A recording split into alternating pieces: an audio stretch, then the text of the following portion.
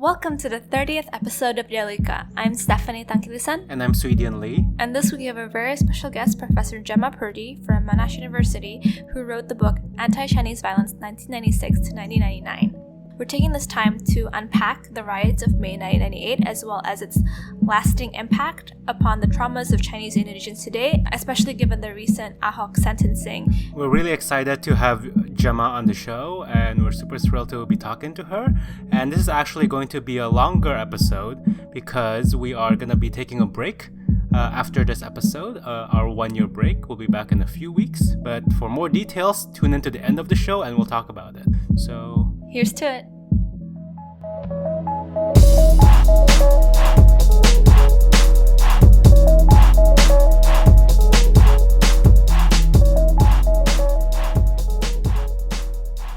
Hello, and thanks so much for having me as a guest on your podcast. My name's Jemma Purdey, and I'm from Monash University, where I'm a lecturer in Indonesian studies and Australian history, or the history of Australia's engagement with Asia.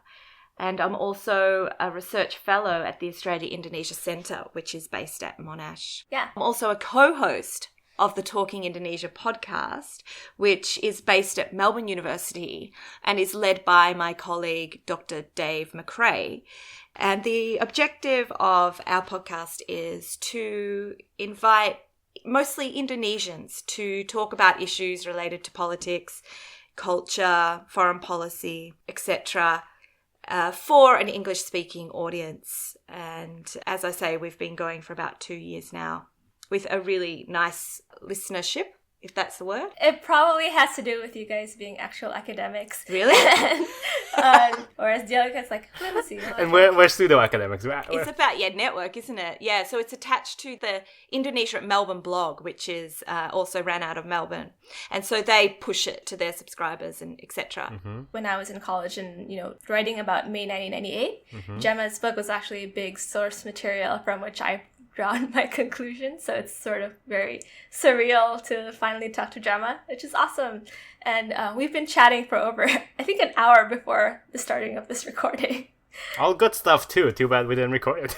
Yeah. Sorry, guys. Jemma, I also read your book in college. Stephanie's degree is vastly different from mine. I was an arts and theater degree. My undergraduate thesis was like a solo performance about Chinese-Indonesian identity. And I also read your book to use that as source material. And so it's really kind of cool that like both Stefan and I independently found your work and now we're, talking to you. So it's really amazing. Oh, thanks for having me and thanks for reading it. What I have found is, when I go around Indonesia and people say they've read my book, I don't know, it's obviously no coincidence that a lot of the time they are ethnic Chinese Indonesians themselves. And they tell me about how they learned stuff they didn't know by reading it. So that's just awesome. So we're really excited to have her come in today and talk about May 98 and anti-Chinese violence, which is very relevant today, not only given Ahok's blasphemy charges and consequent jailing, but also the rising anti-Chinese sentiments. Yeah. How did you end up being interested in this particular silo of violence in Indonesian history? Yeah, well, I guess the story just begins with me being an arts and humanities student in Melbourne in the mid to early 90s. And I found my way to Indonesian language because I was a kid who was kind of focused on international relations, that kind of outlook. And in the 1990s in Australia, we had a government at the time that was very much, you've got to know about Asia. Australia's part of Asia. It was a bit of an awakening. Mm-hmm. As a kid, it was like, yep, this is the place. We need to, know our neighbours and know Indonesia. So I did the language. It also coincided with me, with an interest I had. I was very much a kind of social activist kid. I was a member of Amnesty International from when I was young. And when I was, about 16, 17, the Dili massacres happened in East Timor. Oh, yeah. And kind of, so my awareness was there of Indonesia as this place that's kind of a mystery to Australians. Just wanted to understand it. So that was where I was at when I got to university. And so I enrolled in all the courses I could on Indonesian politics and history, of which I was very lucky. At Melbourne Uni, there were great ones. So I had some really great lecturers, great mentors there. Charles Koppel, and later came Arif Budiman and Ariel Herianto were all at Melbourne Uni. Yeah. So, you know, you can see where I'm going with the ethnic Chinese thing, right? All those guys work on that. It was also coinciding, again, it's timing. I was doing, you know, an honours degree in political science and had a year off, travelled around Indonesia, came back and was like, oh, I think I might do, you know, postgraduate, but, you know, thinking about topics. And this was at the end of 97. So sat down with Charles Koppel, who said, well, Jemma, let's have a look at what's happening with the Chinese, as he does, because that's his area. We, you know, very quickly it was like, wow, yep, that's where it's happening. That's where it's at. So the violence stuff, that's not what led me there. It was like an interest in Indonesia and the political change in Indonesia. And then I guess my social justice thing came in there too, because it was about minority rights at that point. Yeah. So it was about timing, you know. So I started my postgraduate degree at the beginning of 1998. Oh, yeah. So that was... they all unfolded whilst I was doing it. That's amazing. Do you want to go briefly for people who don't know what happened in 98? Oh, well, briefly. Briefly. Right now is the anniversary that, you know, we're speaking on the 15th of May. So these days, 19 years ago, were so momentous in Indonesia's recent political history.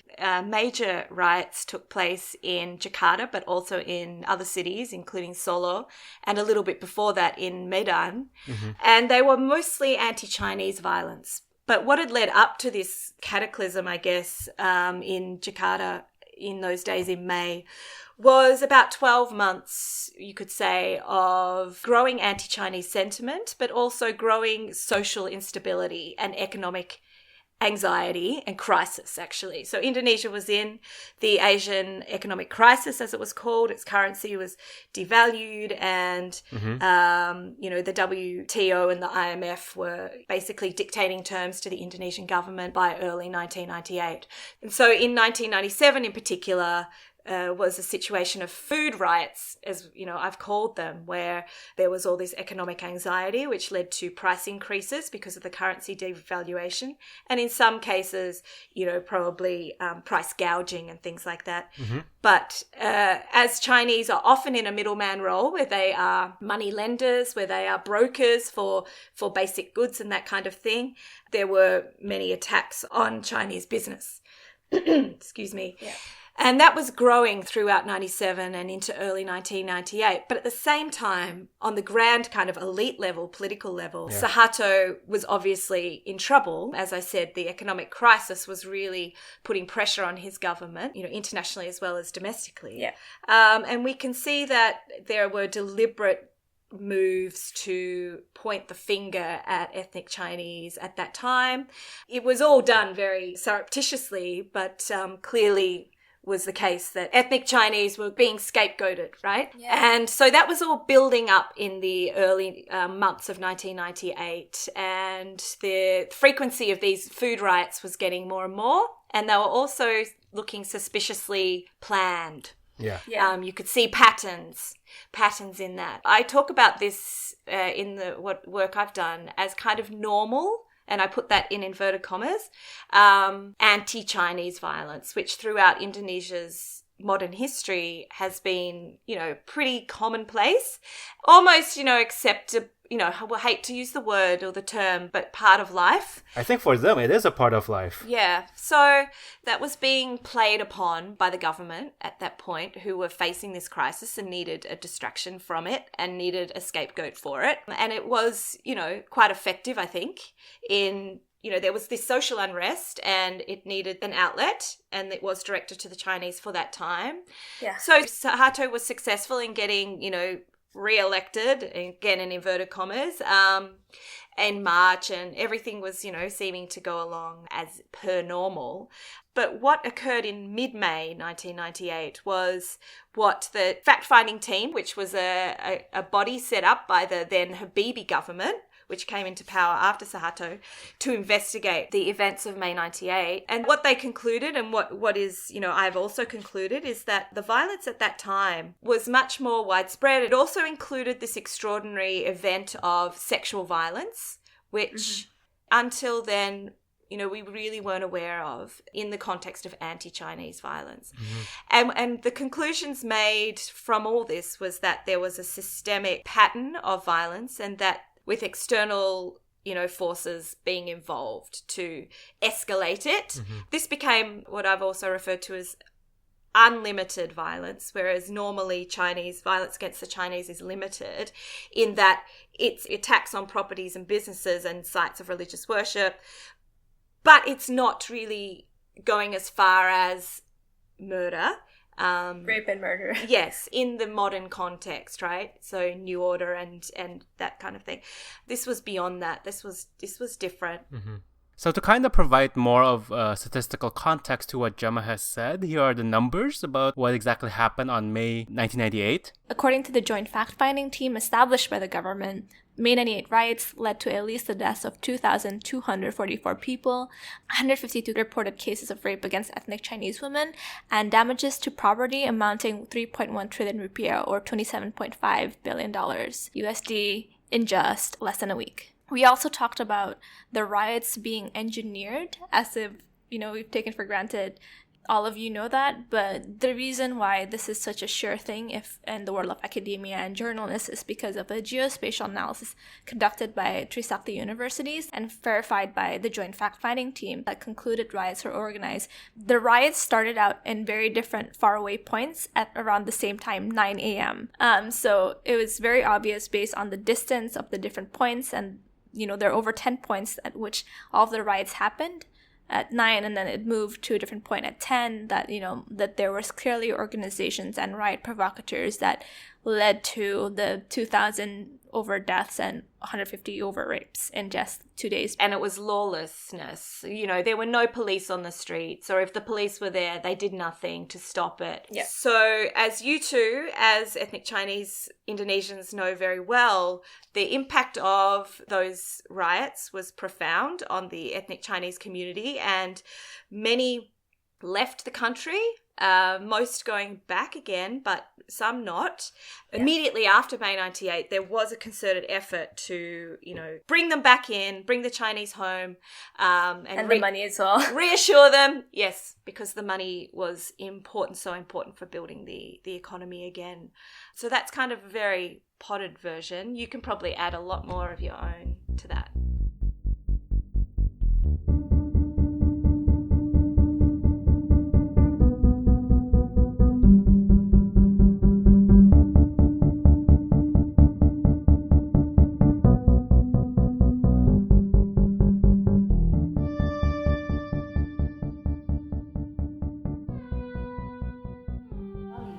We're currently walking into the memorial in TPU Pondok Rangon, and there are around 200-300 people here, all wanting to remember the memories. It's a nice sunny day in Jakarta, Indonesia, and it's interesting to see the contrast. So I went to the memorial recently of the May 98 riots, and there's a mass graves in the TPU Pondok Rangon. And so they had ex-president B.J. Habibie and Jarot, the vice governor, now current governor of Jakarta, I guess, which is kind of weird. Temporary governor. And no one has ever ended up being, indicted or, punished for this. And that's something very sad almost about, the fact that not a single person, even like at very low levels, right, were categorized and tried anything. And I think also part of this conversation that we're having that is so important right now is that obviously the myth about 98 is that it's this powder keg situation. Everything just became chaos and nobody's really responsible because chaos just happened, right? But in fact, there's a lot more people who are responsible, but nobody wants to kind of take them to court or take them into account for what happened because these people are very much still in power. I mean, you look at today, our current Vice President Yusuf Kala has made comments that lean towards this myth of the Chinese dominating the economy. He said, and I quote from him in Indonesian, He said that sebagian besar orang yang kaya adalah warga keturunan yang beragama Konghucu maupun Kristen, sedangkan yang miskin sebagian besar Islam dan ada juga yang Kristen, which translates to... He said, most rich people in Indonesia are of Chinese descent, mostly Christians and Confucians, while the poor are mostly Muslims and some Christians. They keep, as you say, using these myths, trotting out the myths of ethnic Chinese controlling a large part of the Indonesian population without data to support it. Yeah. But all through the New Order, this was the trope. This was the Chinese control this, they're 3% of the population. In fact, they're less than 3% of the population. We know that. It's like between 1% and 2% of the population. So they're not even 3%, tiny minority. Yeah. But this trope, impossible to be true given that the Suharto family itself was so incredibly wealthy and dominant, player in the economy. On the other hand, ethnic Chinese business were given advantages under the New Order. They doing deals with the Suharto family and other conglomerates, and we know this is right. We know that there have been problems too with ethnic Chinese and how they have done their business and engaged in the corrupt practices, which everybody does, but in order to get ahead. So that's got to be acknowledged. My argument's always that it has fed by this historical and still very, very current sense of extreme vulnerability and insecurity that ethnic Chinese-Indonesians have. So you even back, it's like during the colonial period, and then in the, during right up until now, ethnic Chinese have had to look out for themselves and their economic interests and really their own security. So you need to make money in order to make sure that you can be safe. So there's always this idea that you had to pay for your own security as well. Like, you have to pay to live in a more secure area. So there's I think a lot of people inherit that trauma as well. Yes. So I took notes from your book, Jemma. And so the first recorded anti-Chinese violence that you noted in your book was at 1740. And then there's the 1943 Pontianak affair, in which the Japanese killed 1,500 people, but 854 was mostly Chinese because they were fearing a multi-ethnic nationalist uprising. And then there's the 1946 Tangerang, where 600 people were killed by radical Muslims. And then there's just so much leading up to this that you do feel that if the political and economic conditions are not right, so if there's another economic crisis and there's another political need and benefit from using this age-old hatred, then something could happen again. I would say though that yes, in my analysis of, looking closely at events of anti-Chinese violence in that period around May 98, what you find is that there needs to be certain ingredients there. The anti-Chinese sentiment is stable, right? Stable, that's a very throughout good, yeah. Indonesia's modern history. It's stable. It's never gone away, but it doesn't mean that it's always going to lead to violence, right? The key for me was looking at where are the moments where it goes and becomes a violent event. And so there are lots of, most incidents have very unique conditions, local contexts where, there's a dispute of some kind between an ethnic Chinese shopkeeper or, the local church, something like that, and there's those little triggers. But also influencing all of that, influencing the anti-Chinese sentiment is this idea of the economic advantage of the Chinese, that's part of that.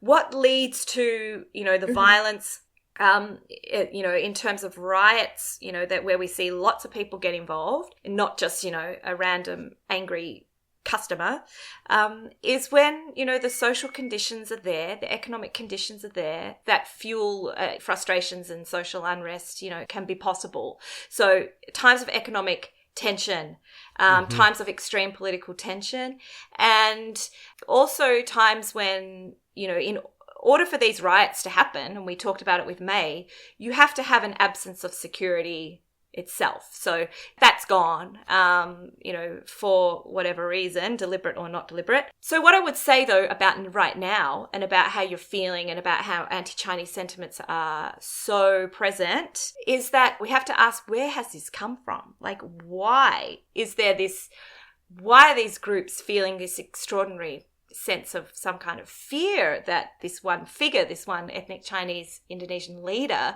deserves such a such vitriol and such attack. Yeah. And because the economic situation in Indonesia is stable, you know, if not good, right? If not good.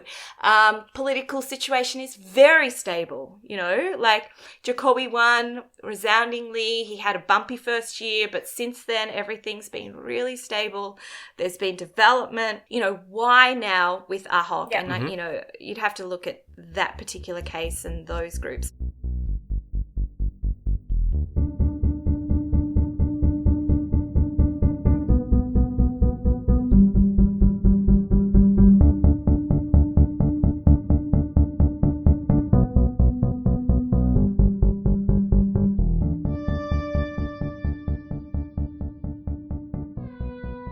What seems to be the case, and if you also look back through the history of anti-Chinese activities and incidents of violence and growing sentiment, is what you also see alongside the economic, you know, anxieties and things, is the jockeying of these Islamic groups for more space within the political context, right?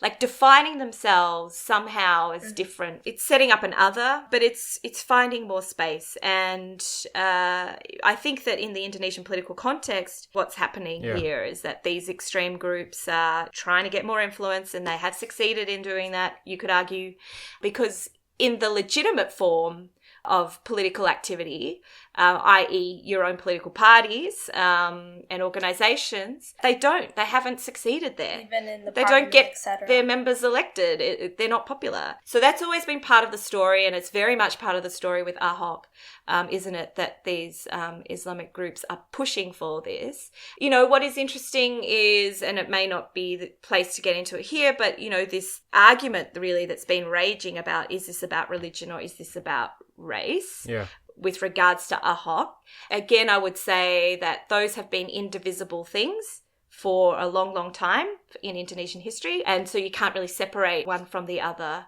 It seemed like a moot point to me, this argument that was going round and round. Is it about race or is it about religion? Clearly it was about his ethnicity, which includes, his religion. And I think Ahok's also really notable because he was one of the first Indonesian politicians who was very, very upfront about his Chinese-Indonesian identity and, you know, calling himself Ahok. Yeah. You have other Chinese-Indonesian politicians, you know, like hiding there. Yeah, I mean, he's put himself out there as this, like, you know, like a bit of a pioneer, hasn't he? He's like really been brave to do that. Mm-hmm. With Ahok and with the situation in Indonesia right now, and with all of this, you know, feelings of anti-Chinese sentiment, what is important to remember and to hold on to is that there has not been violence. You know, you could say yet, but there hasn't. And there were massive opportunities for it to happen. Since last year, yeah. Reason why is because the military or the police, whoever, were right there, right, to stop it, and had been told by Jokowi to stop it, right? So in this case, the president is clearly not going to allow, well, we hope, this kind of escalation, that the security forces are going to clamp down on it, which hasn't happened in these events that we're talking about in the past. So whilst for you and for, you know, ethnic Chinese across Indonesia, it's got to be a time of heightened concern because you're thinking back to 98 or even back to 65. But I, you know, my fingers are all crossed. My fingers are crossed, you know, and as long as the president and the military, you know, are there as guardians of the security, I don't feel it is imminent. This idea that it can happen at any time and that it will happen again in Indonesia, I'm not disputing that wouldn't be the case. If, you know, there's again this combination of factors, you know, some elite power struggle, some economic crisis, this can happen. Small outbreaks of violence in you know, towns and cities around Indonesia that are sparked by, you know, something that includes and involves an ethnic Chinese and non-Chinese, it might happen. But again, the fact is they have not been happening. Yeah. And, you know, that's got to count for something. Be a good sign. Yeah. It's got to count for a lot. What I do think is encouraging, and I kind of, you know, I mean, obviously we're all realistic and we do remember what happened in the past, but I kind of want to echo Gemma's point about being positive, because there was something about seeing all the candlelit vigils as well as the outpouring of like the flower boards for Ahok at City Hall, like this kind of outpouring, not only from ethnic Chinese, but also from other Indonesians. Which I've never seen before, Not for somebody like him, which could have been so polarizing, and is so polarizing at so many different levels, to see such an outpouring of support. I mean, just remember that, so nearly half, of Jakarta's voting population voted for Ahok. And as I said, the numbers of Chinese, perhaps in Jakarta they're greater than overall population, but say it is around the 3%. I mean, other people, non-Chinese, voted for Ahok and thought he was doing a good job. So I think that, and we hope that Indonesian democracy, it has matured since '98. It has, and civil society has matured, and also people are more educated. And you would hope that that is a force to push back, and that if something did happen, like and as we've seen the vigils, the protests against this decision against Ahok, if something did start to unfold, which involved violence, that there would be forces like civil society forces, which are so much stronger now than they were in '98, to stand up and say this is not right. Mm-hmm. The other thing that's really great is that, because you are Chinese-Indonesians, that you are the ones out there having this conversation. And as we discussed earlier, for generations before you, and even your parents, it was, let's not talk about it. That's the last thing we want to talk about. We just want to, sweep it under the rug, get through the day, run our business, and have no trouble. And we'll do everything it takes to make sure that that is the case. But we'll have a contingency, just in case we have to jump on that plane or whatever, But your generation's taking a different view, and, that's what's making the difference. It's going to make the difference.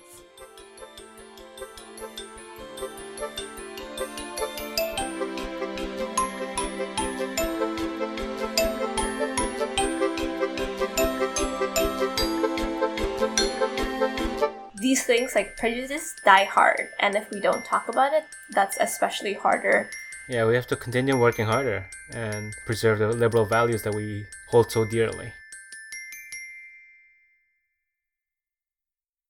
Thank you so much, Jemma, for talking to us for over 2 hours. It was a fun 6 a.m. wake-up call for me. You should also listen to our podcast, Talking Indonesia, which talks about a lot of great topics with great Indonesians. So we want to thank you for being on the show and endorse our podcast as well. Music credits to Ryan Little, Jazzard, and Brooke Free.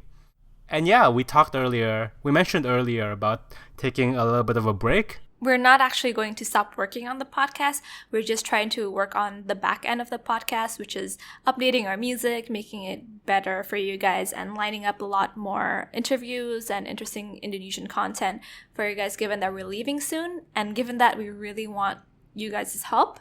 If any of you are interested in becoming field producers or helping out in some other way, please let us know. Yeah, reach out to us via either Facebook message or email us at dialogikapodcast@gmail.com, or reach us via our social media accounts. We're also on Twitter now. Hey, courtesy of Stephanie. Not that I post much, but you can follow our Twitter at Dialogika PDCST. Yeah, I can't do Dialogika Podcast because Twitter, that's too long of a handle. And I'm also on Twitter at StephTank. It's been a great first year, and we're very proud of the work, and we really want to continue it. And thank you guys so much for your support and love. And we've had such a great ride our first year, learning a lot about Indonesia and meeting new people from the podcast, and just, yeah. Here's to the second year, and we're looking forward to being back after the break. There's still a lot of room to grow, and we're looking forward to it. So listen to us